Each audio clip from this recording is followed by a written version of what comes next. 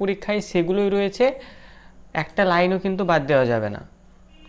আর যে যে জায়গাগুলো বোঝানো দরকার সেই জায়গাগুলো আমরা মানে বুঝিয়ে দিচ্ছি। একদম মন দিয়ে করবেন আর কি, খুবই গুরুত্বপূর্ণ ক্লাস এবং বেসিক ক্লাস, মানে পলিটির প্রথম ক্লাস। হ্যাঁ, পলিটির প্রথম ক্লাস অনেকেই হয়তো ভুলে গেছেন আর কি, বা অনেকেরই হয়তো করা হয়নি, সেই জন্য অনেকেই আবার আমাকে পার্সোনালি SMS করেছেন যে স্যার এখন যে আমি মানে পলিটির ক্লাসগুলো করছি, পলিটির ক্লাসগুলো আমি বুঝতে পারছি, কিন্তু আপনি কালকে যে বললেন সংবিধান কার্যকর হয়েছিল, সংবিধান গৃহীত হয়েছিল, প্রস্তাবনা, ড্রাফটিং কমিটি, খসড়া কমিটি, স্যার এগুলো তো আমি স্যার জানি না, আমি তো স্যার পরে ভর্তি হয়েছি, এগুলো স্যার জানি না স্যার, রেকর্ডেডও নেই স্যার, কিছুই বুঝতে পারছি না। তো যাই হোক, ক্লাসটা নতুন করে করাচ্ছে একবার, যারা ক্লাসটা করেছেন আর কি, যদি রিভাইজ যদি না করে থাকেন তাহলে কিন্তু ভুলে গেছেন এতদিনে। তো আজকে আরেকবার করিয়ে দিচ্ছে আর কি, একদম বিস্তারিতভাবে করিয়ে দেব। তবে এখানে মুখস্থ করার সঙ্গে সঙ্গে কিছু বোঝার ব্যাপারও রয়েছে, সেগুলো কিন্তু বুঝে নিতে হবে, এবং মনে রাখার যে বিষয়গুলো সেগুলো কিন্তু আরেকবার মনে করে নিতে হবে। তো আমরা শুরু করছি ক্লাসটা। কারোর কোথাও যদি কোনো রকম বুঝতে অসুবিধা হয় তাহলে বলবেন। প্রথম ক্লাস কি বলেছে প্রথমে, যে সংবিধান, তাই তো, সংবিধান, তাই তো। আমরা সংবিধানকে ইংরেজিতে কি বলি, ইংরেজিতে আমরা বলছি হচ্ছে কনস্টিটিউশন, তাই তো। তাহলে সবার প্রথমে আমরা যেহেতু সংবিধান পড়ব, পলিটি রাষ্ট্র পড়ব, সংবিধান পড়ব, তাহলে সবার আগে আমাদেরকে জানতে হবে যে সংবিধান কি, হোয়াট ইজ কনস্টিটিউশনস, সংবিধান কি। তাহলে সংবিধান হচ্ছে রাষ্ট্র পরিচালনার জন্য, রাষ্ট্র বলতে আমরা দেশকে বুঝিয়ে থাকি, দেশ, তাই তো। তাহলে এই যে দেশটাকে পরিচালনা করার জন্য, যেমন আমাদের দেশ হতে পারে বা অন্য কোনো দেশ হতে পারে, সে যে দেশই হোক না কেন, তাই না, সে যে দেশই হোক না কেন, সেই দেশটাকে পরিচালনা করার জন্য প্রত্যেকটি রাষ্ট্রেরই কিছু বিধিবিধান বা নিয়মকানুন কিন্তু থাকে, অবশ্যই একদম থাকে, তাই না। প্রত্যেকটি রাষ্ট্রেরই কিছু বিধিবিধান বা নিয়মকানুন কিন্তু থাকে, মানে সেই রাষ্ট্রটাকে পরিচালনা করার জন্য। যেমন মনে করুন আমাদের যে রাষ্ট্রটা, আমাদের যে ভারতবর্ষ, এই ভারতবর্ষটাকে পরিচালনা করার জন্য দেখুন বিভিন্ন বিধিবিধান বা নিয়মকানুন রয়েছে। রাষ্ট্রপতি থাকবে, রাজ্যপাল থাকবে, মুখ্যমন্ত্রী থাকবে, মুখ্যমন্ত্রী রাজ্যটাকে এইভাবে পরিচালনা করবে, মুখ্যমন্ত্রীকে সাহায্য করার জন্য ক্যাবিনেট মন্ত্রী থাকবে, বা আরও অন্যান্য মন্ত্রীরা থাকবে, রাজ্যপাল থাকবে, এবং আমাদের পুরো দেশটাকে পরিচালনা করার জন্য প্রধানমন্ত্রী থাকবে, লোকসভা থাকবে, রাজ্যসভা থাকবে। এই যে একটা নিয়মকানুন বা এই যে একটা সিস্টেম, ঠিক আছে, আমাদের এই যে দেশটাকে চালানোর জন্য আর কি। তাহলে এইরকমই প্রত্যেকটা দেশেরও ঠিক এইরকমই রয়েছে। কোনো দেশে হয়তো আমাদের এদিকে প্রধানমন্ত্রী রয়েছে, মানে সবচেয়ে। একটা কথা বলবো? হ্যাঁ স্যার বলুন।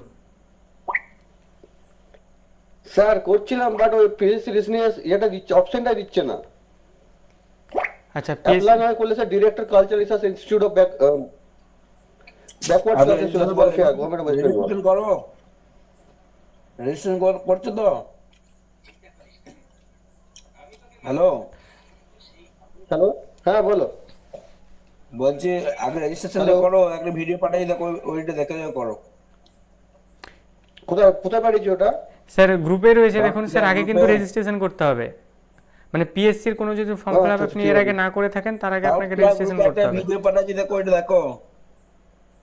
আচ্ছা ঠিক আছে, ঠিক আছে, দেখছি। ঠিক। হুম হুম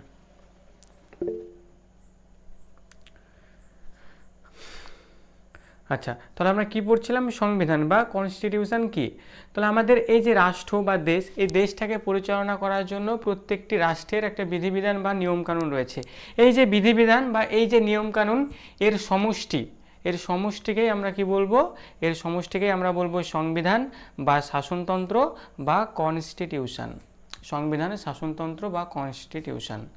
অর্থাৎ আমি যদি সহজভাবে বলি যে আমাদের দেশটা এই যে যেভাবে পরিচালিত হচ্ছে, তাই তো, আমাদের দেশটা এই যে যেভাবে পরিচালিত হচ্ছে, তাহলে কিছু পরিচালনা করার জন্য কিছু তো নিয়ম রয়েছে, কিছু তো বিধিবিধান রয়েছে। এই যে নিয়ম এবং এই যে বিধিবিধান, এদের যে সংগুচ্ছ আর কি, বা এদের যে সমষ্টি, সেটাই হচ্ছে কি সংবিধান বা শাসনতন্ত্র বা কনস্টিটিউশন। তাহলে সংবিধান কি, সংবিধান বা শাসনতন্ত্র কি বোঝা গেল সবার? সংবিধান বা শাসনতন্ত্র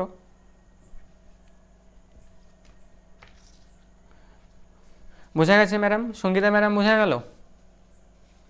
হ্যাঁ স্যার। তাহলে এইবার এই যে সংবিধান রয়েছে, এই সংবিধানটাকে আমরা দুটো ভাগে ভাগ করতে পারি, মেনলি আমরা দুটো ভাগে ভাগ করতে পারি। তাহলে এই যে সংবিধানটাকে আমরা কয়টা ভাগে ভাগ করতে পারি? সংবিধানটাকে আমরা দুটো ভাগে ভাগ করতে পারি। কি কি? একটা হচ্ছে কি লিখিত সংবিধান, আর একটা হচ্ছে কি অলিখিত সংবিধান, মানে রিটেন কনস্টিটিউশন, আর একটা হচ্ছে কি আনরিটেন কনস্টিটিউশনস। লিখিত সংবিধান, লিখিত সংবিধান বলতে কি বুঝি আমরা?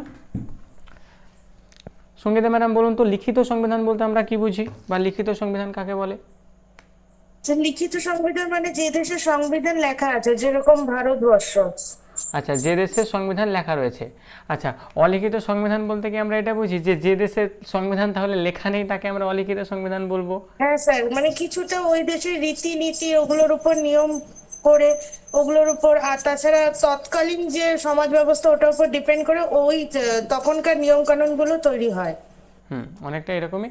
তো লিখিত সংবিধান বা রিটেন কনস্টিটিউশন হচ্ছে, মনে করুন মানে কোনো একটা সময়ে, মনে করুন কোনো একটা নির্দিষ্ট সময়ে, হ্যাঁ, নির্দিষ্ট সময়ে নির্দিষ্ট কয়েকটা সংস্থা বা নির্দিষ্ট কয়েকটি সংস্থা হতে পারে, বা নির্দিষ্ট কয়েকটি কমিটি কোনো একটা নির্দিষ্ট সময়ে, বা কোনো একটা নির্দিষ্ট সময়ে কয়েকটি কমিটি সেখানে আলাপ আলোচনা করে যে দেশের সংবিধানটা লিখেছে সেই দেশের সংবিধানটাকে আমরা কি বলবো? লিখিত সংবিধান। মানে লিখেছে মানে একটা নির্দিষ্ট সময়ের মধ্যে, একটা নির্দিষ্ট সময়ের মধ্যে কয়েকটি কমিটি বিচার বিবেচনা করে যে সংবিধানটা লিখেছে আর কি, সেটাকে আমরা কি বলবো? লিখিত সংবিধান বা রিটেন কনস্টিটিউশন। Written constitution. এরপর আমরা কি বললাম? যে অলিখিত সংবিধান। অলিখিত সংবিধান মানে কি? অলিখিত সংবিধান মানে কি লেখা নেই? অবশ্যই লেখা রয়েছে। কেন লেখা থাকবে না? অবশ্যই লেখা রয়েছে। কিন্তু অলিখিত সংবিধান মানে একটা নির্দিষ্ট সময়ে নির্দিষ্ট কয়েকটি কমিটির সুপারিশে এই অলিখিত সংবিধান কিন্তু লেখা হয়নি। সেখানে যেমন যেমন মানে সংবিধান মানে যেমন যেমন আমাদের দেশ এগোচ্ছে আর কি, যেমন যেমন সময়ে এগোচ্ছে তেমন তেমন সেখানে কিন্তু মানে বিভিন্ন তথ্য হতে পারে, বিভিন্ন আইন হতে পারে, বিভিন্ন নিয়ম হতে পারে, সেখানে যোগ করা হচ্ছে, সেখানে যোগ করা হচ্ছে। মানে একটা লিখিত আকার কিন্তু নেই। আমাদের যে সংবিধানটা তার একটা লিখিত আকার রয়েছে বা লিখিত একটা দস্তাবেজ রয়েছে, কিন্তু অলিখিত যে সংবিধান, এই অলিখিত সংবিধানের যে লিখিত একটা যে আকার, এই লিখিত যে একটা দস্তাবেজ সেটা কিন্তু নেই। সেখানে আচার আচরণ বা আরও বিভিন্ন অন্যান্য কিছুর ওপর নির্ভর করে সেখানে কিন্তু মানে যেমন যেমন আমাদের দেশটা এগোচ্ছে আর কি, সেখানে সেটাকে ইনক্লুড করা হচ্ছে। তো আমাদের প্রশ্ন আসে কি? আমাদের প্রশ্ন আসবে যে লিখিত সংবিধান কাকে বলে, অলিখিত সংবিধান কাকে বলে? এগুলো দিয়ে প্রশ্ন কিন্তু আমাদের আসে না। আমাদের প্রশ্নটা কি দিয়ে আসে? আমাদের প্রশ্ন আসে যে লিখিত সংবিধান কোথায় কোথায় রয়েছে, মানে কোন দেশে এই লিখিত সংবিধানটা রয়েছে, আর কোন কোন দেশে এই লিখিত সংবিধান এই অলিখিত সংবিধান রয়েছে, এই জায়গা দুটো আমাদের আসে। তো দেখুন, লিখিত সংবিধান আমরা কাকে বলবো? যে দেশের শাসন ব্যবস্থা সম্পর্কিত যে সমস্ত মৌলিক নীতি রয়েছে বা আরও বিভিন্ন গুরুত্বপূর্ণ যে নীতিগুলো রয়েছে তাদের অধিকাংশ যদি কয়েকটা দলিলে লিপিবদ্ধ থাকে তাকে আমরা লিখিত সংবিধান বলতে পারি। যেমন কোন কোন দেশের লিখিত সংবিধান রয়েছে? যেমন রয়েছে ভারতে রয়েছে, মার্কিন যুক্তরাষ্ট্রে রয়েছে, সুইজারল্যান্ডে রয়েছে। তাহলে কী কী বললাম? ভারতে রয়েছে, মার্কিন যুক্তরাষ্ট্রে রয়েছে, সুইজারল্যান্ডে রয়েছে, আর একটা রয়েছে কি অস্ট্রেলিয়াতে রয়েছে, পাকিস্তানে রয়েছে,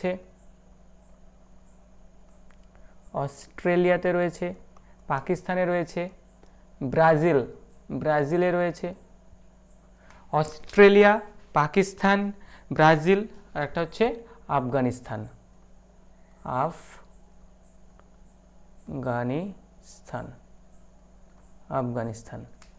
এই যে দেশগুলো, এই দেশগুলোতে লিখিত সংবিধান রয়েছে। মানে এই যে দেশগুলোর যে নিয়ম কানুন বা এই যে দেশগুলোর যে সংবিধান সেটা একটা লিখিত দস্তাবেজে রয়েছে। তারা কয়েকটি কমিটির সুপারিশে বা কয়েকটি কমিটি বিচার বিবেচনা করে একটা নির্দিষ্ট সময়ে সেটাকে লিখেছে। যে আমাদের দেশে এইভাবে এইভাবে চলবে, আমাদের দেশে রাষ্ট্রপতি থাকবে, আমাদের দেশে এটা থাকবে সেটা থাকবে, আমাদের দেশে চুরি করলে এই শাস্তি দেওয়া হবে, কাউকে যদি মার্ডার করা হয় এই শাস্তি দেওয়া হবে, রেপ করলে এই শাস্তি দেওয়া হবে। এই যে কার কী শাস্তি বা এই যে আমাদের দেশটা কিভাবে চলবে, এটা একটা নির্দিষ্ট সময়ে লেখা রয়েছে। কোন কোন দেশে? ভারত, মার্কিন যুক্তরাষ্ট্র, Switzerland, Australia, Pakistan, Brazil, Afghanistan. তো এই জায়গা থেকে আরেকটা জিনিস মাথায় রাখবেন, আমাদের যে ভারতের যে সংবিধানটা, আমাদের ভারতের সংবিধানটা হচ্ছে সবচেয়ে জটিল সংবিধান। আমাদের ভারতের সংবিধানটা হচ্ছে সবচেয়ে জটিল সংবিধান, সবচেয়ে বৃহত্তম সংবিধান, সবচেয়ে বড় লিখিত সংবিধান।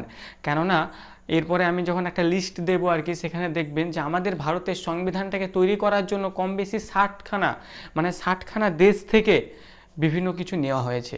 মানে আমাদের সংবিধানটা কিন্তু একক বা কোনো একটা দেশ থেকে নিয়ে কিন্তু লেখা হয়নি।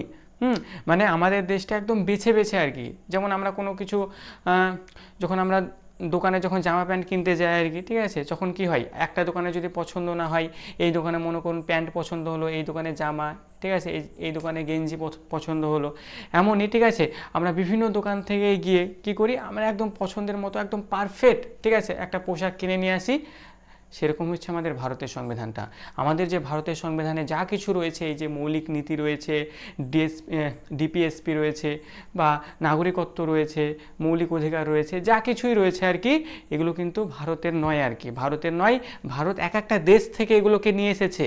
ভারত দেখেছে যে হ্যাঁ, মৌলিক যে নীতিটা আর কি, বা মৌলিক যে অধিকারগুলো, এগুলো তো মার্কিন যুক্তরাষ্ট্রের খুবই ভালো, এগুলো মার্কিন যুক্তরাষ্ট্রের খুবই ভালো। তাহলে হ্যাঁ, মার্কিন যুক্তরাষ্ট্রের যে মৌলিক নীতিটা সেটা মার্কিন যুক্তরাষ্ট্র থেকে নিয়ে আসো। নাগরিকত্ব তো ব্রিটেনের ভালো, তাহলে নাগরিকত্বটা ব্রিটেন থেকে নিয়ে আসো। সেই রকমই আমাদের যে ভারতের যে সংবিধানটা, ভারতের সংবিধানটা কি বলুন তো, যে বিভিন্ন দেশ থেকে নিয়ে এসে আমাদের ভারতের সংবিধানটাকে লেখা হয়েছে। এই জন্য আমাদের ভারতের সংবিধানটা সবচেয়ে বৃহত্তম, সবচেয়ে জটিল হয়ে কিন্তু উঠেছে। তাহলে আমাদের যে জায়গাটা মাথায় রাখতে হবে যে আমাদের ভারতের সংবিধানটা হচ্ছে বিশ্বের বৃহত্তম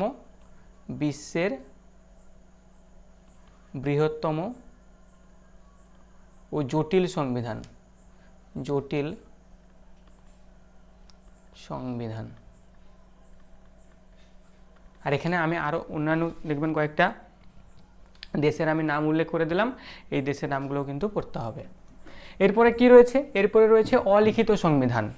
অলিখিত সংবিধান মানে কি? মানে যে দেশে মানে কোনো লিখিত দস্তাবেজ নেই, লিখিত দস্তাবেজ নেই বলা ভুল হবে, লিখিত দস্তাবেজ রয়েছে, কিন্তু সেই দেশের সংবিধানটা কোনো একটা পার্টিকুলার কোনো একটা টাইমে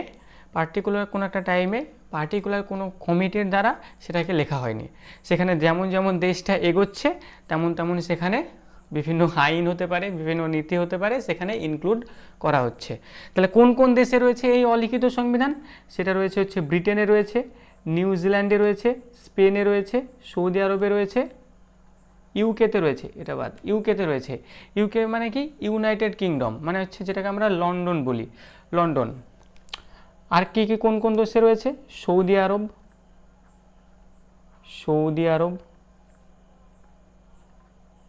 আরবে রয়েছে। আচ্ছা, নিউজিল্যান্ড লিখেছি, সৌদি আরব, Israel.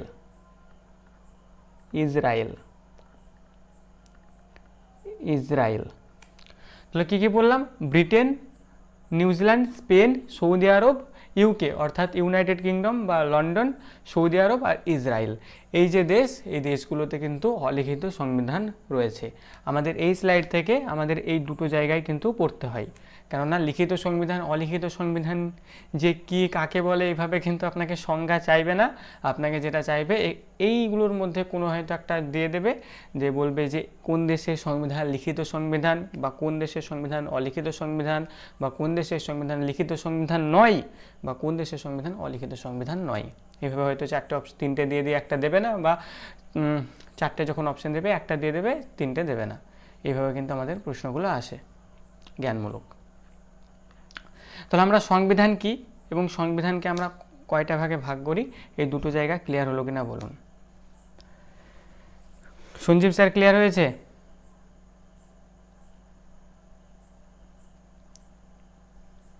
Jatin sir, Jatin sir শোনা যাচ্ছে?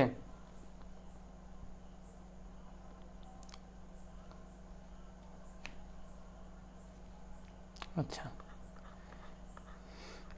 এরপরে কি রয়েছে? তাহলে আমরা সংবিধানটা জানলাম এবং সংবিধানটাকে কত ভাগে ভাগ করা যায় কি কি সেটাও আমরা জানলাম। তাহলে আমাদের যে ভারতবর্ষের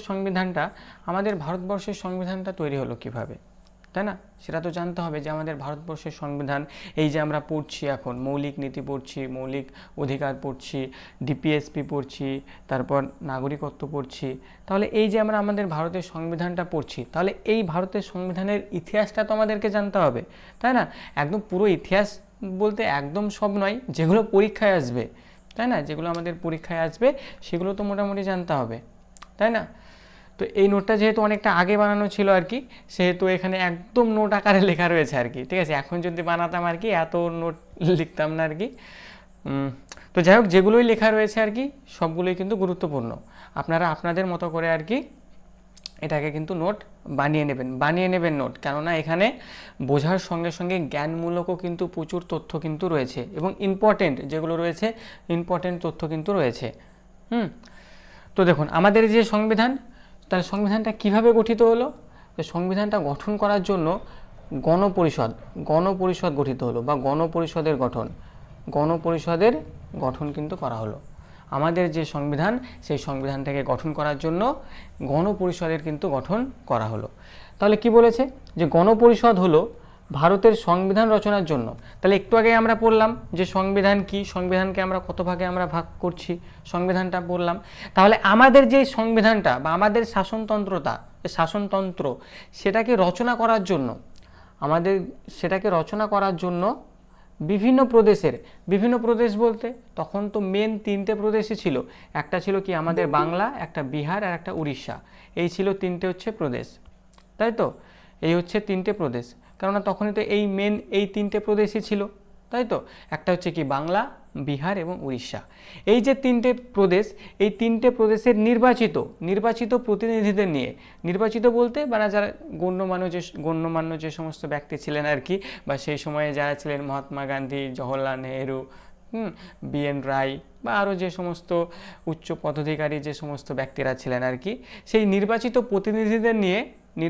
প্রতিনিধিদের নিয়ে গঠিত একটি পরিষদ হচ্ছে কি এই গণপরিষদ। তাহলে গণপরিষদ কি? গণপরিষদ হলো আমাদের যেই সংবিধান, এই সংবিধানটাকে রচনা করার জন্য বিভিন্ন প্রদেশ বলতে সেই সময় বাংলা, বিহার এবং উড়িষ্যা, এই যে 3টে প্রদেশ, এই 3টে প্রদেশের নির্বাচিত প্রতিনিধিদের নিয়ে গঠিত একটি পরিষদ। 1934 সালে MN রায়, অর্থাৎ MN রায়, আচ্ছা MN রায়ের মানে পুরো নাম জানা আছে কারোর? MN রায়, মানবেন্দ্রনাথ রায়। MN রায় মানে হচ্ছে কি মানবেন্দ্রনাথ রায়। তো 1934 সালে MN রায় নামক এক কমিউনিস্ট ব্যক্তিত্ব প্রথম সংবিধান রচনার প্রয়োজনীয়তা নিয়ে চিন্তাভাবনা ব্যক্ত করেন। 1934 সালে আমাদের ভারতবর্ষ স্বাধীন হয় কত সালে? 1947 সালে, তাই তো? আর আমাদের যে গণপরিষদ, ঠিক আছে, সেই গণপরিষদের প্রথম অধিবেশন কবে হয়েছিল? প্রথম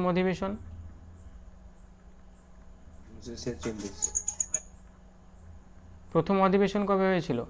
গণপরিষদের প্রথম অধিবেশন 1946 সালে, তাই তো? তাহলে 1946 সালে গণপরিষদের প্রথম অধিবেশন হয়। আচ্ছা চৈতালি ম্যাডাম হলো না? ওখানে কি সার্ভার প্রবলেম? দেখাচ্ছে না। ওই অন্য অ্যাপ্লাই করা যাচ্ছে, ওটা হচ্ছে না। হ্যাঁ মানে মিসলেনিয়াস আর কোনো অপশন নেই। আগে তাও 3-4টা দেখাচ্ছিল, এখন একটাই দেখাচ্ছে, একটা অ্যাডভার্টাইজমেন্ট। আচ্ছা ঠিক আছে ম্যাডাম, দেখুন ঠিক আছে, সামনে যদি আমার ওয়েবসাইটটা যদি ওপেন হয় আর একটু কি। আগে জানিয়ে দেবেন স্যার, আমার না এসব জানা থাকে না, তো আমি গ্রুপটা মিউট ছিল বলে আরো দেখতে পাইনি। আচ্ছা আমিও ভাবছি হয়তো সবাই করে নিয়েছে আর কি, সেই জন্য আমি আবার সকালের দিকে জানিয়েছিলাম। আমি সত্যি কথা বলতে সন্ধ্যাবেলাটাও যদি, আর আমি ভুলেও গেছিলাম, পরে যদিও দেখেছি অতটা মাথায় আসেনি। আর আমারই ভুলের জন্য হয়নি, আফসোস হচ্ছে আমার। দেখুন ম্যাডাম, এটা তো প্রথম ছিল আর কি, ঠিক আছে, এরপর হয়তো যদি আবার ডেট যদি বাড়ায় আর কি, ঠিক আছে, কারণ PSCতে ডেট বাড়াতেই থাকে আর কি। দেখুন হয়তো সামনে হয়তো আবার ডেট বাড়ালেও বাড়াতে পারে, হয়তো কিছুদিন ডেট বাড়িয়ে দিল। আচ্ছা, আমরা কোথায় ছিলাম? যে 1934 সালে এম.এন. রায় নামক এক কমিউনিস্ট ব্যক্তিত্ব প্রথম সংবিধান রচনার প্রয়োজনীয়তা নিয়ে চিন্তাভাবনা ব্যক্ত করেন। মানে আমাদের যে ভারতবর্ষ, এই ভারতবর্ষে একটা যে সংবিধান দরকার বা ভারতবর্ষটাকে পরিচালনা করার জন্য কিছু নিয়ম কানুনের দরকার রয়েছে, এ নিয়ে প্রথম চিন্তাভাবনা ব্যক্ত করেন কে? বা সংবিধানটাকে, মানে আমাদের সংবিধানটা দরকার আমাদের ভারতবর্ষে, এটা নিয়ে প্রথম প্রয়োজনীয়তা, এই সংবিধান রচনার প্রয়োজনীয়তা নিয়ে কে চিন্তাভাবনা ব্যক্ত করেন? এই 1934 সালে এম.এন. রায়। পরবর্তীকালে 1935 সালে জাতীয় কংগ্রেস, একটা খুবই গুরুত্বপূর্ণ টার্ম পেলাম, জাতীয় কংগ্রেস, খুবই ইম্পর্টেন্ট জায়গা। আচ্ছা, জাতীয় কংগ্রেস কি বলুন তো? জাতীয় কংগ্রেস কবে প্রতিষ্ঠিত হয়েছিল? জাতীয় কংগ্রেস 1935। আচ্ছা, খুবই তো ইতিহাসের তো সবচেয়ে গুরুত্বপূর্ণ জায়গা জাতীয় কংগ্রেস। আপনি যখন আধুনিক ভারতের ইতিহাস পড়বেন, সবচেয়ে গুরুত্বপূর্ণ জায়গা হচ্ছে এই জাতীয় কংগ্রেস। এই হচ্ছে কি জাতীয় কংগ্রেস, যা হচ্ছে ইংরেজদের বিরুদ্ধে লড়াই করার জন্য, বা ইংরেজদেরকে, এই যে ইংরেজরা, তাই তো, ইংরেজরা আমাদের ভারতকে পরিত্যাগ করলো, তাই না, আমাদের ভারত ছেড়ে, মানে আমাদের ভারত থেকে চলে যেতে বাধ্য হলো আর কি, তাই তো। কার জন্য হয়েছে? এই জাতীয় কংগ্রেসের জন্য হয়েছে, তাই না? কারণ জাতীয় কংগ্রেস একটা সংগঠন ছিল, তাই না।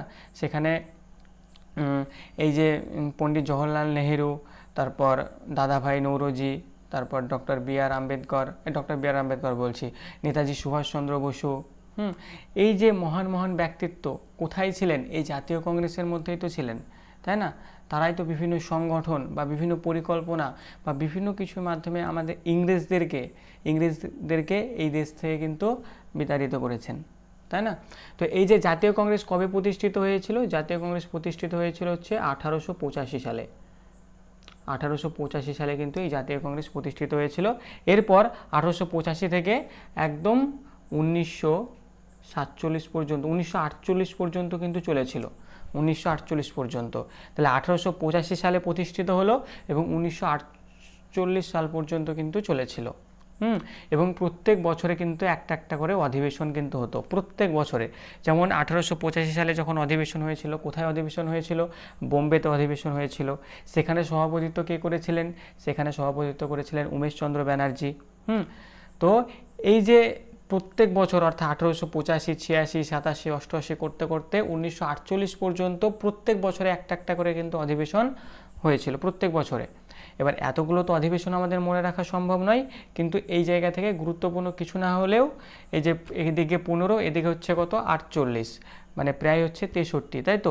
এই যে 63 বছর, এই যে 63 বছরে 63টা অধিবেশন হয়েছে, এই 63-র মধ্যে মোটামুটি আপনাদেরকে প্রায় 35 থেকে 40টা অধিবেশন কিন্তু আপনাদেরকে মনে রাখতে হবে, 35 থেকে 40টা। বা আরও যদি আমি একটু কম করে দিই, মোটামুটি ধরুন 30টা অধিবেশন আপনাদেরকে মনে রাখতে হবে। যে 30টা অধিবেশন, মানে মেন 30টা অধিবেশন, মানে কোন অধিবেশনে কে সভাপতিত্ব করেছিল এবং কত সালে করেছিল। এবং ওই অধিবেশনে দেখবেন কোনো অধিবেশনে হয়তো যে ভারতের যে জনগণ মন অধি গানটা, সেটা গাওয়া হয়েছিল, স্বরাজ কথাটা প্রথমবার উল্লেখ করা হয়েছিল, বা মনে করুন ওই যে নরমপন্থী চরমপন্থী দুই দলে ভাগ হয়ে গেছিল, বা গান্ধীজি কোন অধিবেশনে সভাপতিত্ব করেন, তারপর নেতাজি সুভাষচন্দ্র বসু কোন অধিবেশনে সভাপতিত্ব করেন, একদম গুরুত্বপূর্ণ আর কি। তো এই যে আমাদের জাতীয় কংগ্রেস, তাহলে 1935 সালের যে জাতীয় কংগ্রেস, কারণ 1825 সালে প্রতিষ্ঠিত হয়, তাহলে 1935 সালের যে জাতীয় কংগ্রেস, সেই জাতীয় কংগ্রেসে এই ভাবনাটি নিয়মানুগভাবে গৃহীত হয় যে না, সেখানে কিন্তু নিয়মানুগভাবে গৃহীত হয় যে না, আমাদের ভারতবর্ষেও একটা সংবিধান দরকার, মানে ভারতবর্ষটাকে পরিচালনা করার জন্য একটু নিয়মকানুন কিন্তু দরকার। এরপর ব্রিটিশ সরকার 1940 সালের যে অগস্ট প্রস্তাবে সংবিধান রচনার দাবিটিকে সরকারি স্বীকৃতি দেয়। সরকারি স্বীকৃতি দেয়। তাহলে বলুন তো, এই যে 1935 সালে, তখন আমাদের দেশে ব্রিটিশরা ছিল কি ছিল না? ছিল, ব্রিটিশরা ছিল। তাহলে ব্রিটিশরা যেহেতু ছিল, তাহলে সেখানে মানে সেই ব্রিটিশরা তখন আমাদের ভারতবর্ষটাকে কারা শাসন করতো যখন ছিল? ব্রিটিশরাই কিন্তু শাসন করতো। তাহলে সেই যে সংবিধান যে সংবিধান রচনার একটা প্রয়োজনীয়তা নিয়ে একটা প্রশ্ন যখন উঠলো আর কি, এবার এটাকে তো সরকার কর্তৃক, তাই না, সরকার কর্তৃক সেটাকে তো স্বীকৃতি দিতে হবে, তাই না? আর তখন সরকার কে ছিল? ব্রিটিশ সরকার, কেননা ব্রিটিশ সরকারই তো তখন আমাদের ভারতবর্ষটাকে পরিচালনা করছে, তাই না?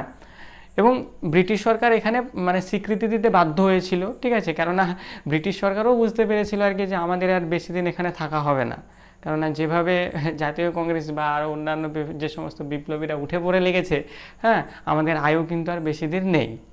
সরকার বাধ্য হয়েছিল, ব্রিটিশ যেহেতু সরকার ছিল ব্রিটিশ সরকার আর কি, ব্রিটিশ সরকার কিন্তু বাধ্য হয়েছিল, কি বাধ্য হয়েছিল, যে এই যে তাদের যে সংবিধান, এই সংবিধানটাকে স্বীকৃতি দিতে।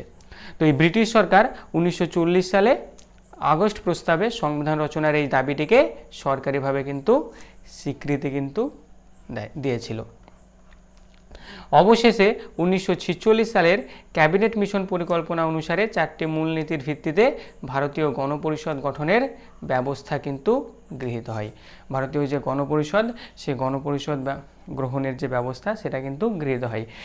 এক্ষেত্রে যে প্রশ্নটা আছে, একটা প্রশ্ন, যে ওই যে গণপরিষদ বলছি, এই যে ক্যাবিনেট মিশন আর কি, এই যে ক্যাবিনেট মিশন, এই ক্যাবিনেট মিশনের প্রধান পদাধিকারী কে ছিলেন?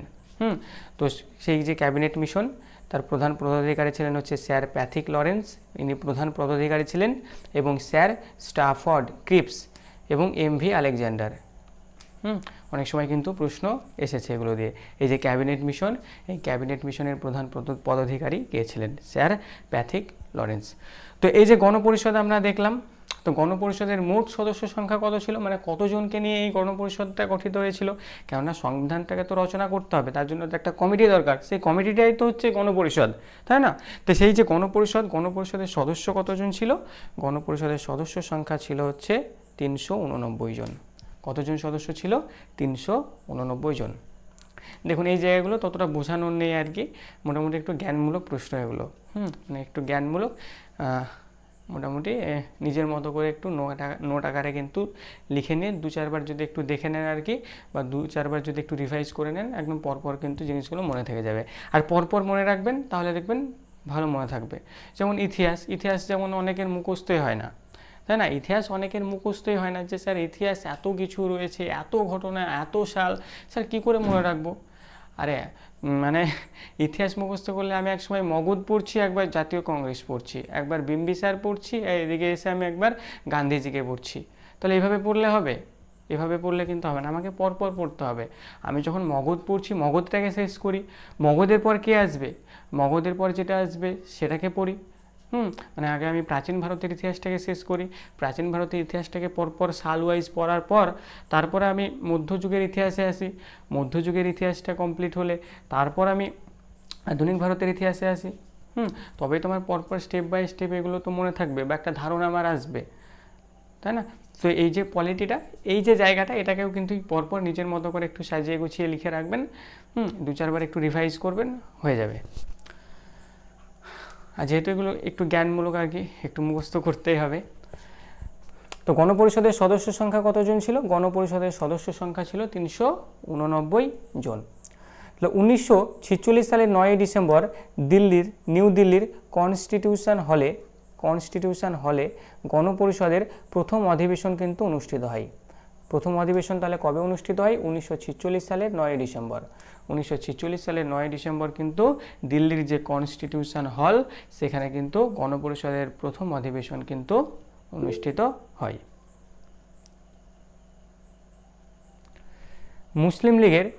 মুসলিম লীগের সদস্যরা এই অধিবেশন বয়কট করায় সেখানে মাত্র 211 জন সদস্য সেখানে যোগদান করেছিলেন।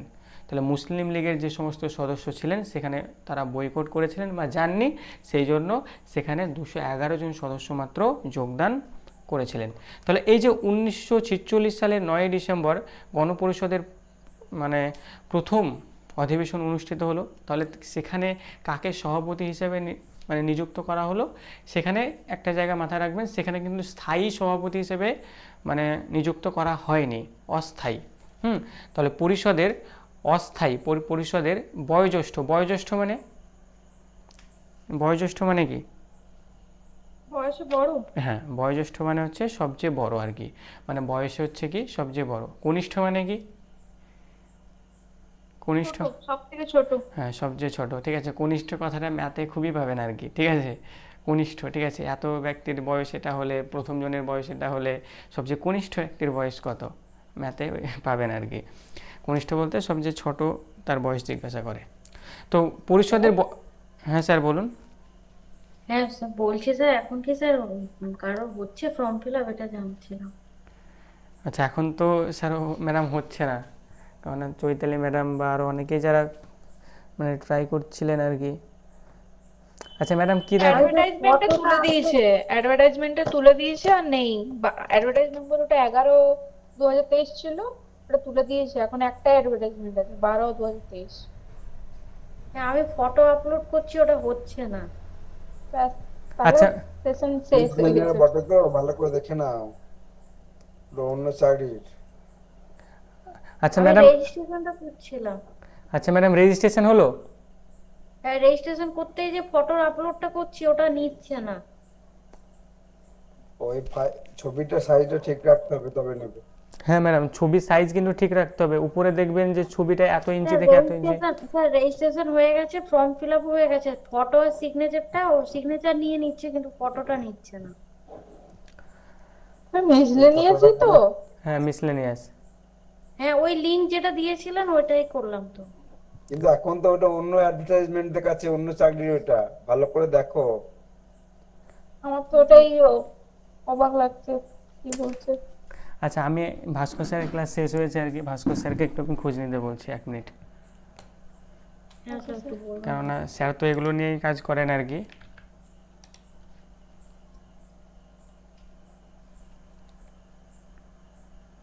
আপনারা কি দেখেছেন ম্যাডাম যে নেই অ্যাডভার্টাইজমেন্টটা? হ্যাঁ, অ্যাডভার্টাইজমেন্টে নেই তো, তা করবো কোথা থেকে? রেজিস্ট্রেশন করতে যাচ্ছি তখন অ্যাডভার্টাইজমেন্টে দেখছি নেই। তুমি কোনটা করেছো ওইটা সেটাই আমার হ্যালো অবাক স্যার। অন্য লাগছে এখন। অন্য একটা চাকরি রয়েছে। হ্যাঁ, অন্য একটা চাকরি রয়েছে, হ্যালো ওয়েলফেয়ার কি বেশ। স্যার, একবার একটু জয়েন করুন লিঙ্কে। হুম।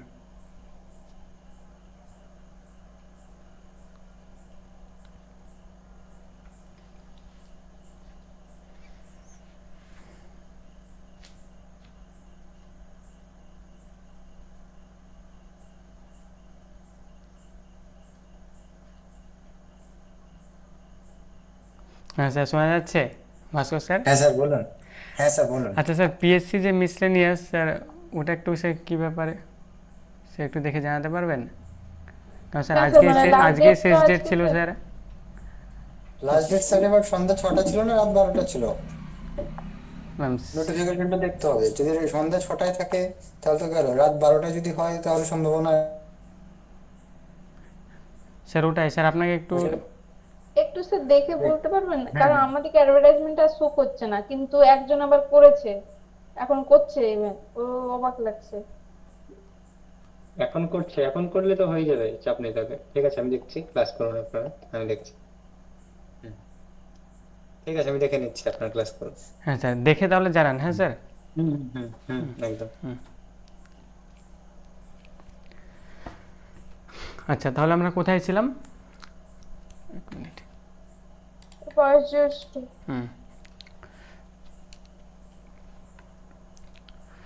তাহলে এই যে 1946 সালে 9 ডিসেম্বর দিল্লির যে কনস্টিটিউশন হল, সেখানে গণপরিষদের প্রথম অধিবেশন কিন্তু অনুষ্ঠিত হলো। তো এই যে 1946 সালে 9 ডিসেম্বর যে প্রথম অধিবেশন অনুষ্ঠিত হলো এই গণপরিষদের, সেখানে কাকে মানে সভাপতি হিসাবে নিযুক্ত করা হলো? তো সেখানে মনে রাখবেন, সেখানে স্থায়ীভাবে নয়, মানে অস্থায়ীভাবে, মানে সবচেয়ে বয়োজ্যেষ্ঠ যেখানে ছিলেন, মানে ওই যে 389 জনের মধ্যে সবচেয়ে বয়সে বড় যে ব্যক্তি ছিলেন, এই যে সচিদানন্দ সিংহ বা সচিদানন্দ সিনহা, এনাকে কিন্তু অস্থায়ী সভাপতি বা চেয়ারম্যান হিসেবে কিন্তু নিয়োগ করা হয়। সচিদানন্দ সিনহা বা সচিদানন্দ সিংহকে অস্থায়ী সভাপতি হিসেবে মনোনয়ন দেওয়া হয়। পরে তার 2 দিন পরেই আর কি 11ই ডিসেম্বর, তার 2 দিন পরেই 11ই ডিসেম্বর ডক্টর রাজেন্দ্র প্রসাদকে স্থায়ী এবং হরেন্দ্র কুমার মুখার্জি, এখানে আরেকটা নাম মনে রাখবেন, ঠিক আছে, ভিটি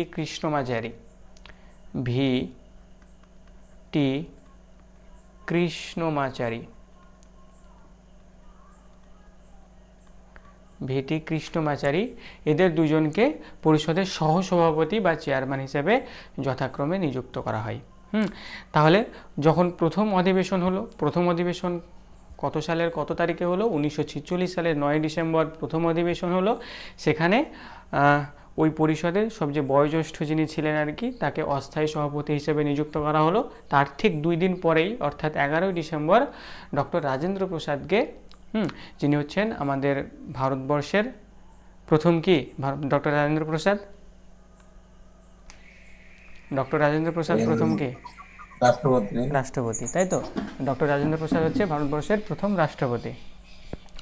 তো এই যে ডক্টর রাজেন্দ্র প্রসাদকে স্থায়ী সভাপতি এবং হরেন্দ্র কুমার মুখার্জি এবং ভিটি কৃষ্ণমাচারী এদের দুজনকে সভাপতির সহসভাপতি বা চেয়ারম্যান হিসেবে কিন্তু যথাক্রমে নিযুক্ত করা হলো।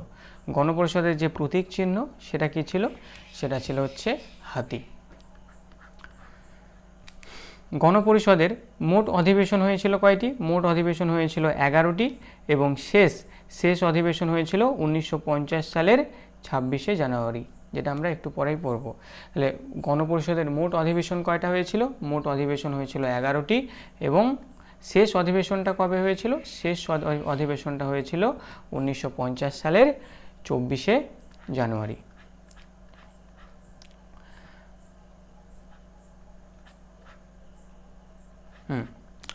এরপর আচ্ছা, এটা প্রস্তাবনাটা হয়ে যাওয়ার পর আমি খসড়া কমিটিতে আসছি। তো এই যে প্রস্তাবনা বা প্রাইমবেল, এটা কত সালে হয়েছিল বা কত সালে মানে গৃহীত হয় আর কি? তো এই যে প্রস্তাবনা বা প্রাইমবেল কি? প্রস্তাবনা বা প্রাইমবেল হচ্ছে, দেখবেন আপনি যখন কোনো একটা সরকারি যে সমস্ত বইগুলো রয়েছে, ওই সরকারি বইগুলো খুলবেন আর কি, দেখবেন সেখানে একদম উপরে লেখা রয়েছে আমরা ভারতের জনগণ, ভারতকে সার্বভৌম সমাজতান্ত্রিক ধর্মনিরপেক্ষ, ঠিক আছে? এই যে দেখবেন যে লেখাটা লেখা থাকে সেটাই হচ্ছে কি প্রস্তাবনা, এই প্রস্তাবনাকে অনেকে অনেক রকমভাবে পরবর্তীকালে বিভিন্নভাবে বলেছেন আর কি, যে প্রস্তাবনা হলো আইডেন্টি কার্ড, প্রস্তাবনা হলো এটা, বিভিন্নভাবে বলেছে, সেগুলো আমরা পড়ব। তো এই যে প্রস্তাবনা বা প্রাইমবেল কি, ঠিক আছে, সেটাও আমরা জানব। তো 1946 সালের 13ই ডিসেম্বর, তাহলে 1946 সালের 9ই ডিসেম্বর আমরা পড়লাম কি? 9ই ডিসেম্বর গণপরিষদের প্রথম অধিবেশন। এরপর 11ই ডিসেম্বর কি ছিল? 11ই ডিসেম্বর হচ্ছে গণপরিষদের দ্বিতীয় অধিবেশন, যেখানে স্থায়ী সভাপতি হিসেবে ডক্টর রাজেন্দ্র প্রসাদকে নিযুক্ত করা হলো। এরপর 13ই ডিসেম্বর 1946 সালের এই যে 13ই ডিসেম্বর, মানে তার 2 দিন পরে 13ই ডিসেম্বর জওহরলাল নেহেরু কে ছিলেন বলুন তো? জওহরলাল নেহেরু কে ছিলেন? আমাদের ভারতের প্রথম প্রধানমন্ত্রী। আচ্ছা, ভারতের প্রথম মহিলা প্রধানমন্ত্রীর নাম? প্রতিভা পাটিল না, আমাদের কংগ্রেস নেত্রী কি নাম? কংগ্রেস নেত্রী ইন্দিরা গান্ধী। আর ভারতের প্রথম মহিলা রাষ্ট্রপতি বললে? প্রতিভা পাটিল। দেখুন, এই যে প্রথম, ঠিক আছে, যে ভারতবর্ষের প্রথম মানে মুখ্যমন্ত্রী আর কি, মুখ্যমন্ত্রী বলছি, ভারতবর্ষের প্রথম রাষ্ট্রপতি বা ভারতবর্ষের প্রথম প্রধানমন্ত্রী, এটা কিন্তু আপনাকে জিজ্ঞাসা করবে না, আপনাকে জিজ্ঞাসা করবে ভারতবর্ষের প্রথম মহিলা প্রধানমন্ত্রী বা মহিলা রাষ্ট্রপতি। সেগুলো কিন্তু দুটো জায়গা কিন্তু জেনে রাখতে হবে। তো 1946 সালের 13ই ডিসেম্বর জওহরলাল নেহেরু ভারতীয় সংবিধানের উদ্দেশ্যে সমূহ সংক্রান্ত প্রস্তাব দ্য অবজেক্ট রেজুলেশনটি উপস্থাপন করেন। এই যে দ্য অবজেক্ট রেজুলেশনটা হচ্ছে কি? এই দ্য অবজেক্ট রেজুলেশন হচ্ছে একটা মানে পত্র বলতে পারি আর কি, একটা পত্র, সেটা ওই গণপরিষদে পেশ করেন আর কি, যেটাই পরবর্তীকালে কি হয়? পরবর্তীকালে প্রস্তাবনার আকার নেয়, সেটাই প্রস্তাবনার আকার নেয়, এই দ্য অবজেক্টিভ রেজুলেশনস। সেটা আবার 1947 সালের 22শে জানুয়ারির অধিবেশনে এই প্রস্তাব সর্বসম্মতভাবে গৃহীত হয় এবং পরবর্তীকালে এই অংশটিকে প্রস্তাবনা হিসেবে লিপিবদ্ধ করা হয়। তাহলে আমরা জায়গাটা কি দেখলাম? জায়গাটা দেখলাম হচ্ছে 1946 সালের 13ই ডিসেম্বর।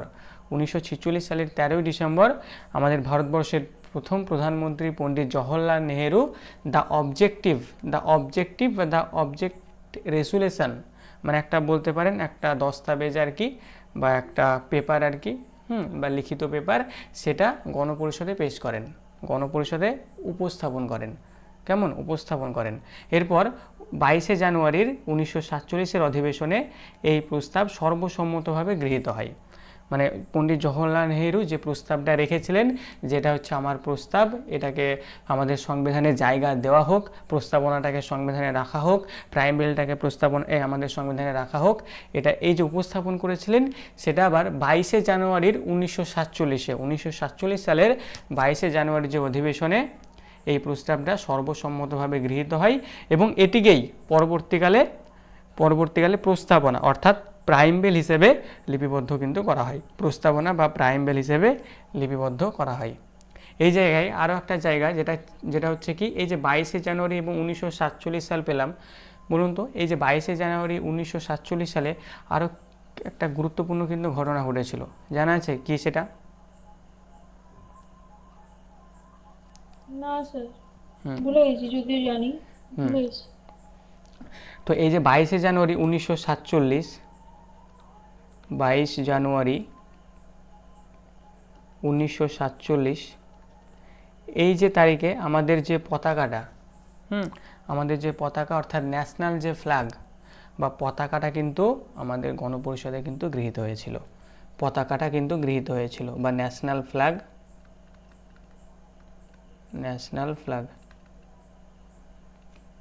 গৃহীত হয়েছিল।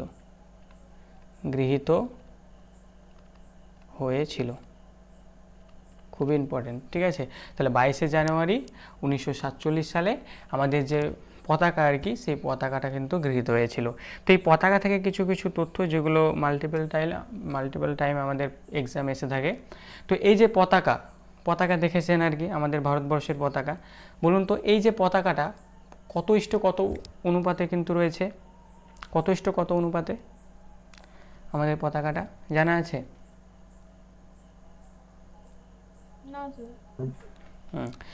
মানে ইম্পর্টেন্ট, হ্যাঁ 3:2, ঠিক আছে? মানে আমাদের যে পতাকাটা এটা কিন্তু 3:2 অনুপাতে কিন্তু হয়। মনে করুন মানে লম্বায় 3 মিটার যদি হয়, তাহলে চওড়ায় 2 মিটার হবে। মনে করুন লম্বায় যদি 2 ফুট হয়, তাহলে চওড়ায় 2 ফুট হবে। মানে লম্বায় যদি 2 ইঞ্চি হয়, তাহলে চওড়ায় 2 ইঞ্চি হবে। অর্থাৎ আমাদের যে পতাকাটা সেটা কিন্তু 3:2 অনুপাতে কিন্তু হয়ে থাকে, 3:2 অনুপাতে। তাহলে এই যে 3:2 অনুপাতে আমাদের পতাকাটা হবে আর কি, বা আমাদের যে পতাকাটা এরকম হবে, এই নকশাটা মানে আমাদের যে পতাকাটা, এই পতাকার নকশাটা কে তৈরি করেছিলেন প্রথম? আমাদের পতাকা, এই পতাকা নকশা না ম্যাডাম, গান্ধীজি নয়। হ্যাঁ স্যার বলুন। হ্যাঁ পিঙ্গালি পয়সি ইংতে গয়ে, হ্যাঁ পিঙ্গালি ভেঙ্কাইয়া।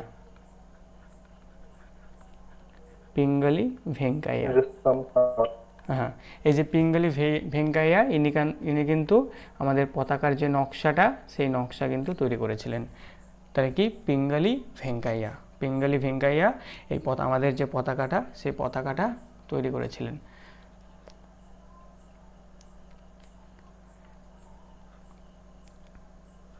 আচ্ছা, আমাদের যে পতাকাটা, বলুন তো আমাদের পতাকাতে কয়টি রং রয়েছে?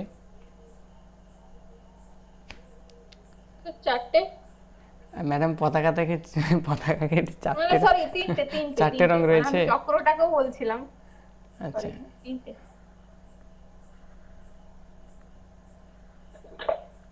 আচ্ছা সবার উপরে কে রয়েছে? সবার উপরে কোন রং রয়েছে? গেরুয়া। সবার উপরে রয়েছে হচ্ছে গেরুয়া। মাঝে রয়েছে সাদা, একদম নিচে রয়েছে কি সবুজ, তাই তো?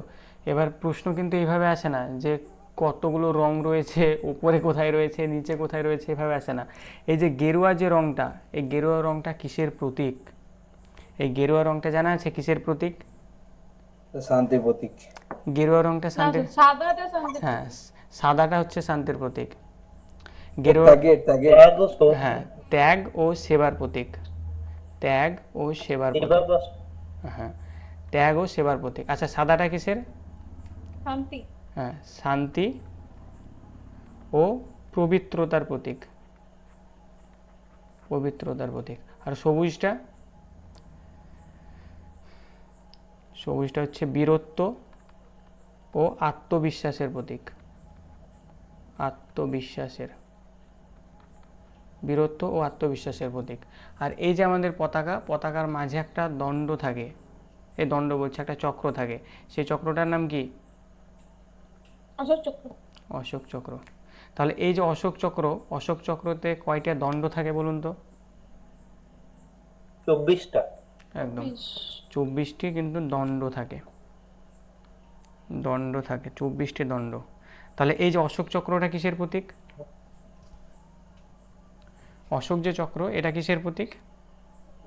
প্রগতিশীলতার প্রতীক। হ্যাঁ উন্নতি ও অগ্রগতির প্রতীক আর কি, উন্নতি ও অগ্রগতির প্রতীক, অগ্রগতির প্রতীক, উন্নতি ও অগ্রগতির প্রতীক হচ্ছে কি আমাদের এই অশোক চক্রটা। আরেকটা যেটা মানে আমাদের পরীক্ষায় আসে, আমাদের যে পতাকাটা, পতাকাটা কোন কাপড়ের তৈরি জানা আছে? পতাকাটা কোন কাপড়ের তৈরি? খাদি কাপড়ে। খাদি খাদি, খাদি। এটা হচ্ছে খাদি কাপড়ের তৈরি, খাদি, খাদি কাপড়ের তৈরি। তো পতাকা থেকে এর বাইরে প্রশ্ন আর আসে না, কিন্তু যেগুলো লিখলাম প্রিভিয়াস ইয়ার ওঠানে আর কি পেয়ে যাবেন আর কি। বিশেষ করে ডব্লিউবিপিতে তো খুবই আসে, ডব্লিউবিপি কেপিগুলো, কেপি পরীক্ষাতে। তো কি দেখলাম আমরা এখানে, যে 1946 সালের 13ই ডিসেম্বর জওহরলাল নেহেরু ভারতীয় সংবিধানের উদ্দেশ্যে সমূহ সংক্রান্ত প্রস্তাব, যেটাকে আমরা বলছি কি দ্য অবজেক্টিভ রেজুলেশন, এটাকে উপস্থাপন করেন। এরপর 26শে জানুয়ারি 1947-এর অধিবেশনে এই প্রস্তাবটি সর্বসম্মতভাবে গৃহীত হয় মানে গণপরিষদে, এবং পরবর্তীকালে এটাকেই প্রস্তাবনা আকারে লিপিবদ্ধ করা হয়।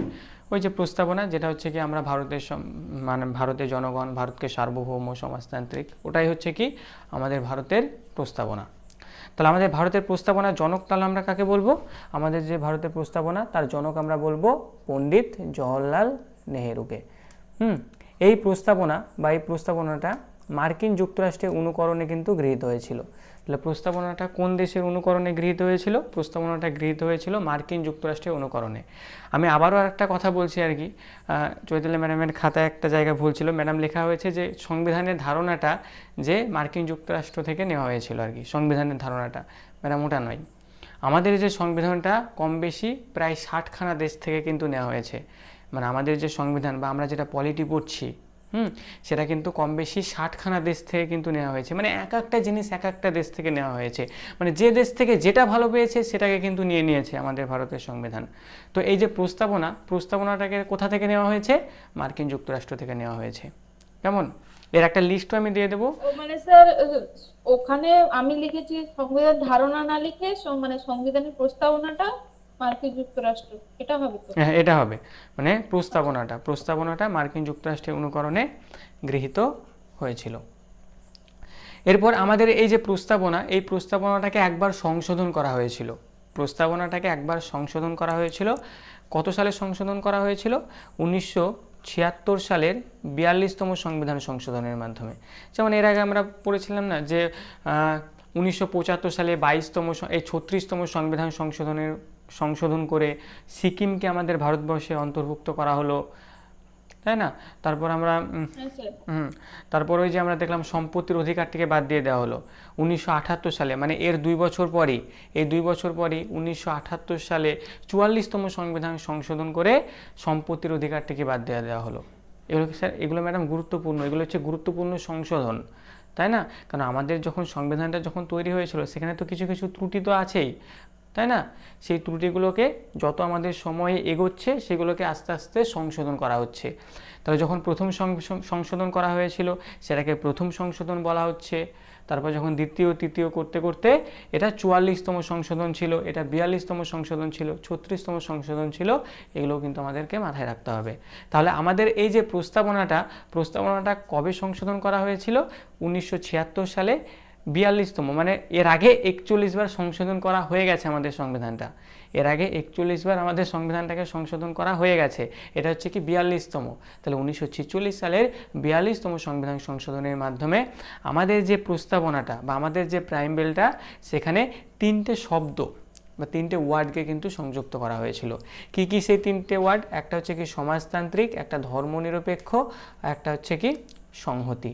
এই 3টে পদকে কিন্তু যুক্ত করা হয়েছিল। সমাজতান্ত্রিক মানে হচ্ছে কি সোশ্যালি বা সোশ্যালিও বলি বা সোশ্যালিজম আমরা বলতে পারি। আর একটা কি রয়েছে? ধর্মনিরপেক্ষ বা আমরা এটাকে বলি সেকুলার।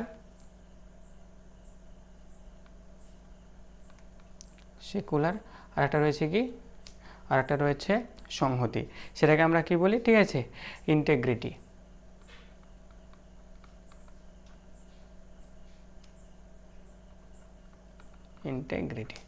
এই হচ্ছে কি 3টে ওয়ার্ড বা 3টে শব্দ আমাদের প্রস্তাবনায় কিন্তু সংযুক্ত করা হয়েছিল।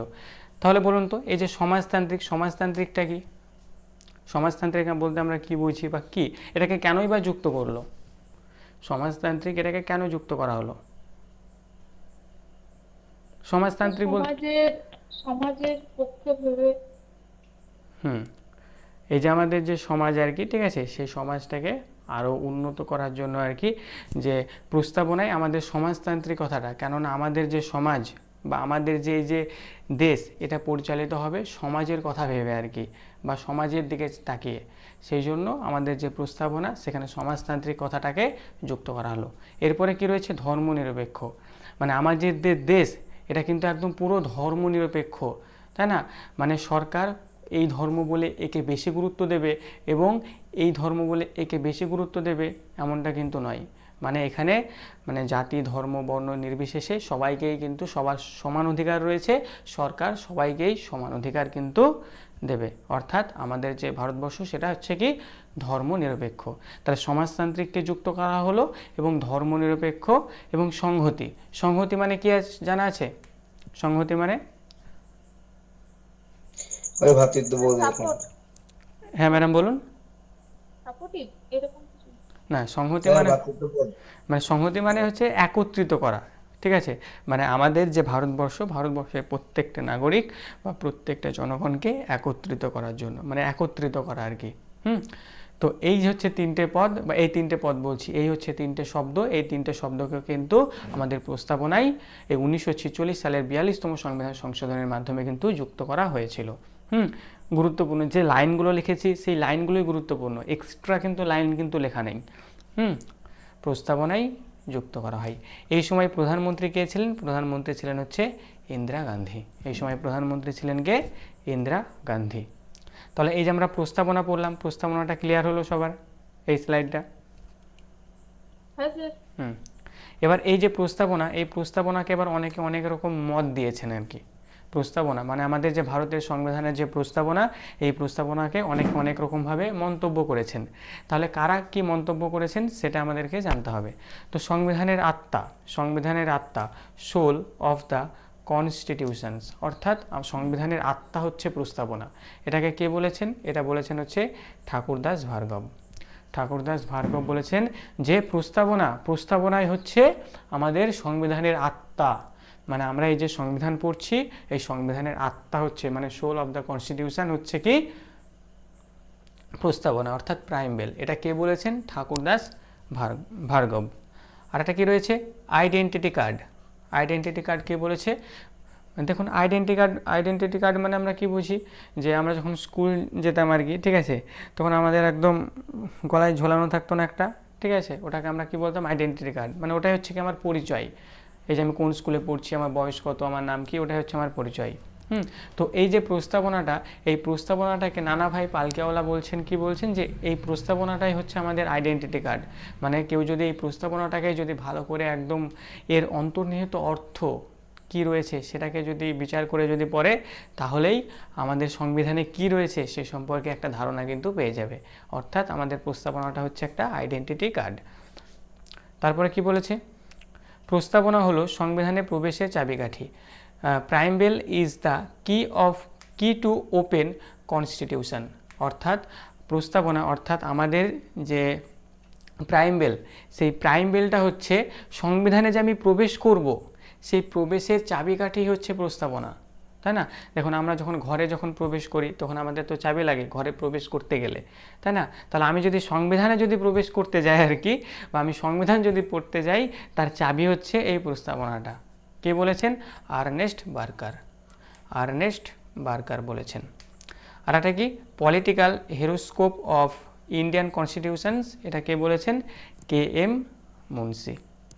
এই হচ্ছে কি চারটে জিনিস মুখস্থ করতে হবে, এগুলো হচ্ছে কি জ্ঞানমূলক, এটা একটু তৈরি রাখতে হবে। তাহলে আমরা কি পড়লাম? প্রস্তাবনা পড়লাম। এবার আমরা যেটা পড়বো খসড়া কমিটি। খসড়া কমিটিটা কি? খসড়া কমিটিটা হচ্ছে বা ড্রাফটিং কমিটি। এবার এই যে গণপরিষদ গৃহীত হলো, গণপরিষদে বিভিন্ন আলাপ আলোচনা, মানে কীভাবে তৈরি করা হবে, কোথা থেকে নেওয়া হবে, কিভাবে হবে না হবে, এগুলো আলোচনা হচ্ছে, তাই তো? এবার এটাকে তো লিখতে হবে, তাই না? আমাদের যে সংবিধান এটাকে তো লিখতে হবে, একটা লিখিত রূপ দিতে হবে। তাহলে এই যে লিখিত রূপ দেওয়ার দায়িত্ব কোন কমিটির ওপর ছিল? সেটাই হচ্ছে কি খসড়া কমিটি বা ড্রাফটিং কমিটি। সেটাই হচ্ছে কি খসড়া কমিটি বা ড্রাফটিং কমিটি। খসড়া কমিটি বা ড্রাফটিং কমিটি। এই ড্রাফটিং কমিটি বা খসড়া কমিটির ওপরই কিন্তু এই যে সংবিধান মানে লেখার দায়িত্বটা ছিল, যে না এবার তোমরা কি করবে, এবার তোমরা যে দেশ থেকে যেখানে মানে ভালো কিছু পাবে আর কি, সেটাকে নিয়ে আসবে, সেটাকে নিয়ে এসে আমাদের যে ভারতীয় সংবিধান, সেই ভারতীয় সংবিধানে মানে লিখবে আর কি। মানে আমাদের ভারতীয় সংবিধানটাকে একদম সেরা আর কি, একদম বেস্ট তৈরি করতে হবে আর কি। তাহলে যেখান থেকে ভালোটা পাবে সেটাকে নিয়ে এসে আমাদের সংবিধানে লিখে দাও। তাহলে এই যে লেখার দায়িত্বটা কার ছিল বা কোন কমিটির ওপর ছিল? সেই কমিটির নাম হচ্ছে কি ড্রাফটিং কমিটি বা সংবিধানের খসড়া কমিটি। এটা কত সালে তৈরি হয়েছিল? এটা তৈরি হয়েছিল হচ্ছে 1947 সালের 29শে আগস্ট। ডক্টর BR আম্বেদকরের নেতৃত্বে কিন্তু এটা গঠিত হয়েছিল। তাহলে সভাপতি কে ছিল এই খসড়া কমিটি বা ড্রাফটিং কমিটির? Doctor BR Ambedkar. সেই জন্য ডক্টর BR আম্বেদকরকে father of the Indian constitution কিন্তু বলা হয়। অর্থাৎ আমাদের ভারতীয় যে সংবিধান, ভারতীয় সংবিধানের জনক বলা হয়, তাই তো ডক্টর BR আম্বেদকরকে। এগুলো আমরা এই প্রথম থেকে আমরা জেনে আসছি আর কি। এবং অন্যান্য অর্থাৎ আমাদের যে খসড়া কমিটি, এই খসড়া কমিটিতে আরও সদস্য ছিল। কতজন সদস্য ছিল? মোট সদস্য ছিল হচ্ছে 7 জন কিন্তু সদস্য ছিল। তাহলে একজন সদস্য কে ছিলেন? ডক্টর BR আম্বেদকর, যিনি সভাপতি ছিলেন, তাই তো, বা ওনার নেতৃত্বে খসড়া কমিটিটা গঠিত হয়েছিল।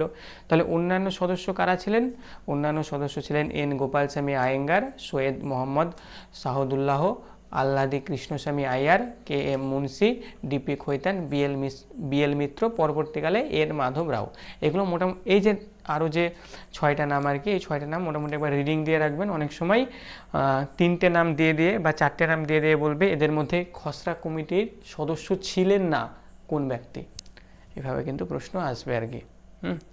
আর আজকের যে আজকের যে ক্লাসটা, এই ক্লাস থেকে দেখবেন মানে প্রশ্ন পাবেনই আর কি, প্রশ্ন পাবেনই। দেখুন এর যে যখন প্রাইমবেল বলছি, মৌলিক অধিকার, এই যে এতগুলো ক্লাস মৌলিক অধিকারে আমি 4-5টা ক্লাস নিয়ে নিলাম, তো এই 4-5টা ক্লাসেও কিন্তু আপনি 2-একটা প্রশ্ন নাও পেতে পারেন। কিন্তু আজ এই যে ক্লাসটা আজকেকার, এই ক্লাসে কিন্তু যদি মন দিয়ে যদি করেন আর কি, তাহলে কিন্তু প্রশ্ন পাবেনই আর কি। মানে সংবিধান থেকে প্রচুর প্রশ্ন এসেছে, মানে প্রত্যেকটা লাইন থেকে কিন্তু প্রশ্ন এসেছে, যে লাইনগুলো এখানে উল্লেখ করা রয়েছে। তাহলে আমরা কি পড়লাম? খসড়া কমিটিটা আমরা পড়লাম, প্রস্তাবনাও পড়লাম। আচ্ছা, শেষ স্লাইড, ঠিক আছে, জাস্ট আরেকটু তথ্য রয়েছে। তাহলে আমরা দেখলাম কি?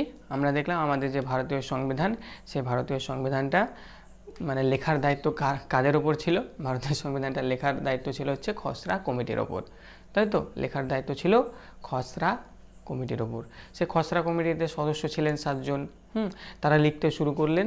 তার সময় কত লেগেছিল তাদের সময় লেগেছিল হচ্ছে 2 বছর। 2 বছর সময় লেগেছিল, 11 মাস 18 দিন কিন্তু সময় লেগেছিল, বা অনেক সময় দেখবেন 3 বছর, প্রায় 3 বছর সময় কিন্তু লেগেছিল। আমাদের যে ভারতীয় সংবিধানটা, এটা মানে পুরোপুরি মানে লেখা একদম কমপ্লিট করতে বা লিখতে সময় কতদিন লেগেছিল? 2 বছর 11 মাস 18 দিন কিন্তু সময় লেগেছিল।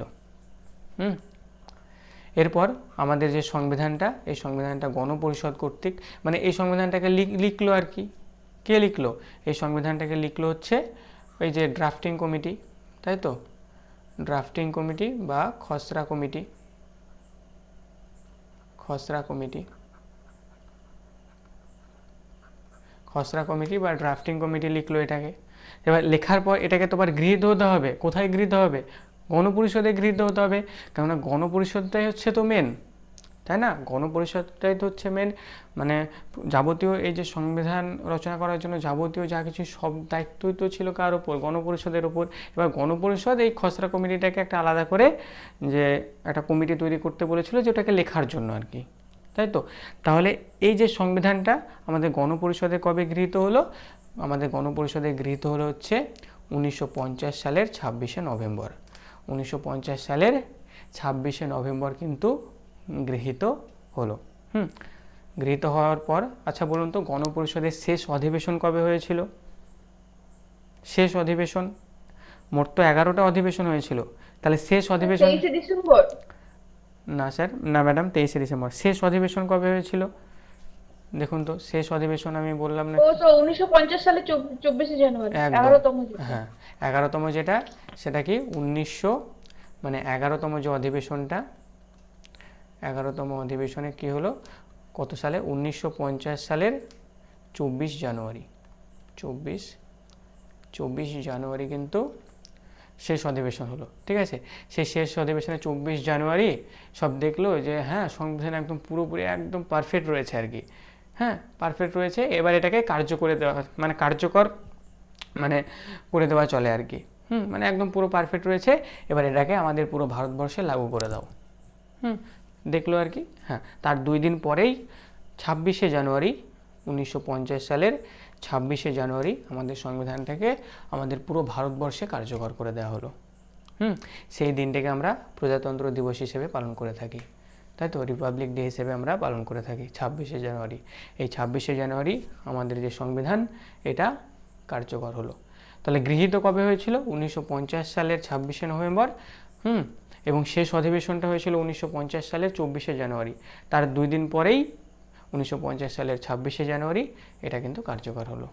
তাহলে যখন কার্যকর হলো, তখন আমাদের ভারতীয় সংবিধানে 395টা ধারা ছিল বা আর্টিকেল, 22টি অধ্যায় ছিল বা পার্ট, আর্টিকেল ছিল 22টি অধ্যায় ছিল বা পার্ট ছিল, আর 8টি তফসিল বা শিডিউল কিন্তু ছিল, 8টি তফসিল বা শিডিউল ছিল। কিন্তু বর্তমানে যদি দেখেন আর কি, বর্তমানে সংবিধানে 448টি আর্টিকেল বা 448টি ধারা, 24টি অধ্যায় বা 24টি পার্ট এবং 25টি তফসিল বা 25টি শিডিউল কিন্তু রয়েছে। এবার আমাদেরকে কি করতে হবে? এই ধারাগুলো, পার্টগুলো এবার আমরা একটা একটা করে পড়ব, যেগুলো আমরা শুরু করেছিলাম একটা একটা করে।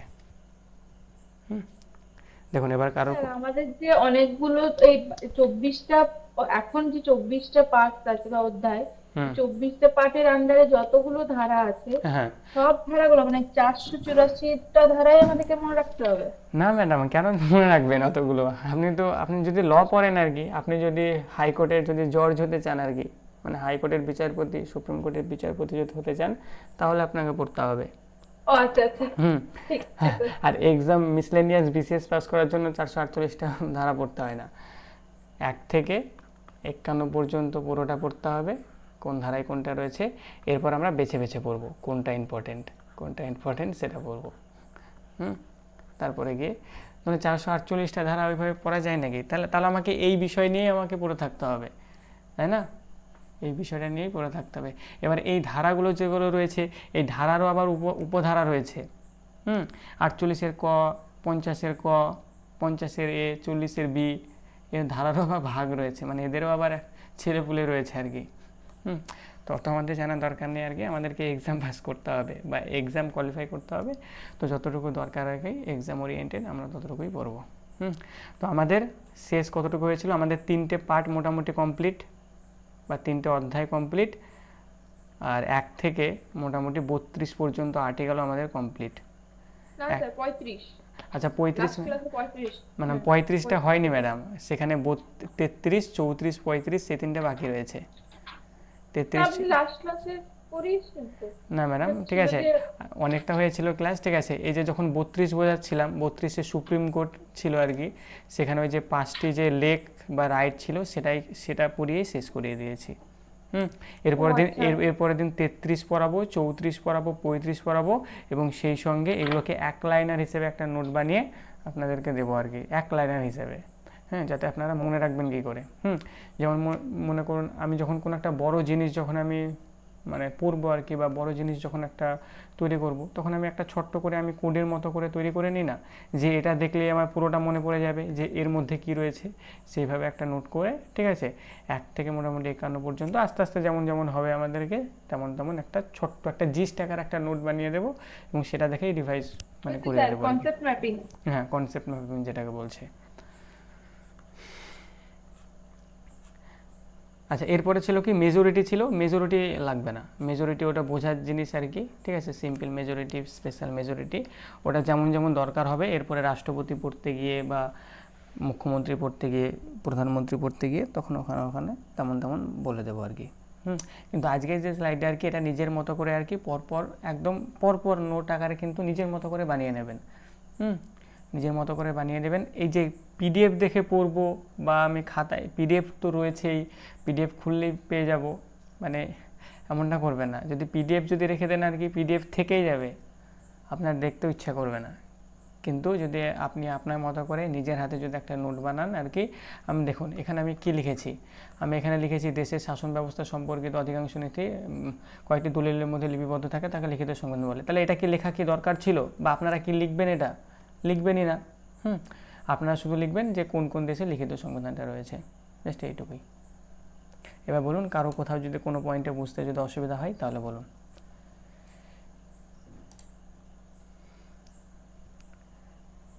বলুন ম্যাডাম।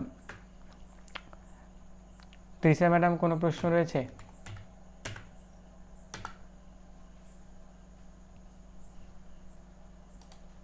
না স্যার, বুঝেছি। আচ্ছা, এরপরের ক্লাসগুলো ঠিক আছে, যদি রেকর্ডের মানে ক্লাসগুলো যদি